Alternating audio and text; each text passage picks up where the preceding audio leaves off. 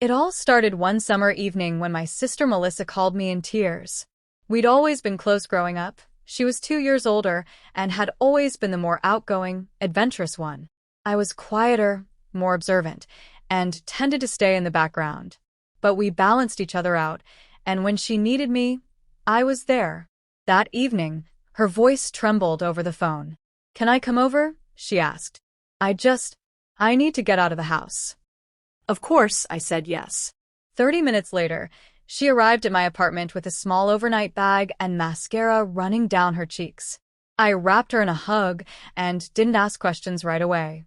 Instead, I made her a cup of tea, and we curled up on the couch together like we used to as teenagers when the world felt too heavy. "It's Marcus," she finally said after a few moments of silence. Marcus was her fiancé. They'd been engaged for 6 months, and while on the surface they looked like the perfect couple, I had noticed small signs that something wasn't right. They argued a lot more than they used to, and Melissa seemed less bubbly, more withdrawn. "We had a huge fight," she continued. "He said he doesn't feel like I'm there for him emotionally, that I don't listen to him, that I don't try hard enough in the relationship." I tried to keep my face neutral, but it was difficult. I didn't want to badmouth Marcus, but I'd always felt like he didn't fully appreciate my sister. He was charismatic, sure, but sometimes I wondered if he used that charm to cover up his flaws. "I'm trying," she whispered. "I love him, and I want this to work. But it's like the more I try, the more distant he becomes." I rubbed her back and stayed quiet, letting her vent. She ended up spending the night in my guest room. I didn't see Marcus that night, but I knew he'd probably be blowing up her phone. I didn't ask. It wasn't my business unless she made it mine. The next day, Melissa left early in the morning to go back to their apartment. I didn't hear from her the rest of the day, which wasn't unusual. What was unusual, however, was the knock on my door that came around 8 p.m. that night. It was Marcus. I blinked at him, confused.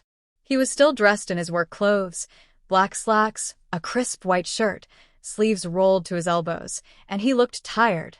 "Hey," he said, his voice low. "Can I come in?" I hesitated for a moment, then stepped aside. "Melissa's not here." "I know," he said, walking past me into the living room. "She told me she was staying here last night." I closed the door behind him and turned to face him. "Is everything okay?" He dropped onto my couch and ran a hand over his face. "No, not really. I'm sorry to barge in like this. I don't know where else to go. I needed someone to talk to." That caught me off guard. Marcus and I had never been close. Polite, sure. Civil, but we didn't have the kind of relationship where we confided in each other. Still, I nodded and sat down across from him. "Okay, talk." And he did. He told me about how things had been unraveling between him and Melissa for months. How he felt like they were speaking two different languages, how he didn't know how to reach her anymore. He said he felt alone in the relationship, like he was always giving more than he received. "She used to laugh at my jokes," he said quietly. "Now it's like I annoy her. I feel like a stranger in my own home." I listened. I didn't interrupt. I didn't defend Melissa, but I didn't take sides either. I just offered a safe space, which was clearly what he needed. Eventually, his voice broke a little. "I don't want to lose her, but I don't know how to fix this." I felt a pang of sympathy. For both of them. "You've got to communicate, Marcus," I said gently. "You can't expect her to know what you're feeling if you shut down. And she can't expect you to read her mind either. Maybe couples counseling would help." He nodded slowly, then looked up at me. "Thank you for listening. I needed that more than I realized." We sat in silence for a few moments, the weight of the conversation settling between us. Then he stood up. "I should go," he said.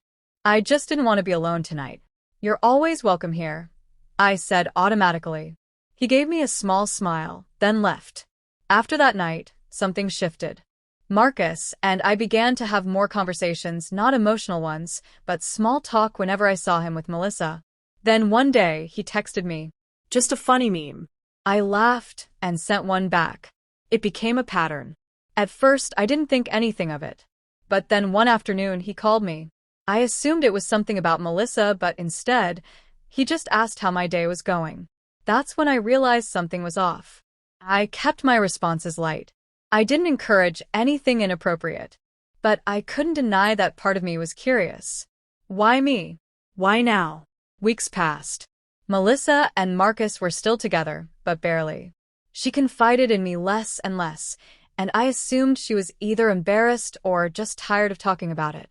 One evening, she went out of town for a work trip, and to my surprise, Marcus showed up at my apartment again. I didn't know where else to go, he said. The apartment feels too quiet without her. I almost told him to leave. Almost. But then I saw the look in his eyes, lonely, vulnerable. And I let him in. We talked again. Nothing romantic, nothing flirtatious. But there was a quiet connection building. Something unspoken. He thanked me again for being there. For listening. For caring. And that's when I realized we had crossed a line. Not physically, not explicitly, but emotionally. I was giving him something Melissa no longer could, or maybe didn't want to. And that made me feel guilty. That night, after he left, I called Melissa. "You need to talk to him," I said. "Really talk." She sighed. "I know. We've just been avoiding it. I think we're both scared of what we'll hear." "You can't fix anything if you don't face it," I said gently. A few days later, she told me they'd scheduled a couples therapy session. I was relieved. Maybe now they'd finally get the help they needed. And they did. Over the next few months, I backed off. No more long conversations with Marcus. No more secret texts or late-night visits. I supported my sister from a distance, but I didn't get involved. Their relationship slowly improved. It wasn't perfect, but they were trying. And that made all the difference. Eventually, they got married in a quiet ceremony surrounded by friends and family. I stood beside my sister as her maid of honor, smiling through tears as she said her vows. Marcus and I shared a look during the reception. A quiet understanding. A thank you. A goodbye, in a way.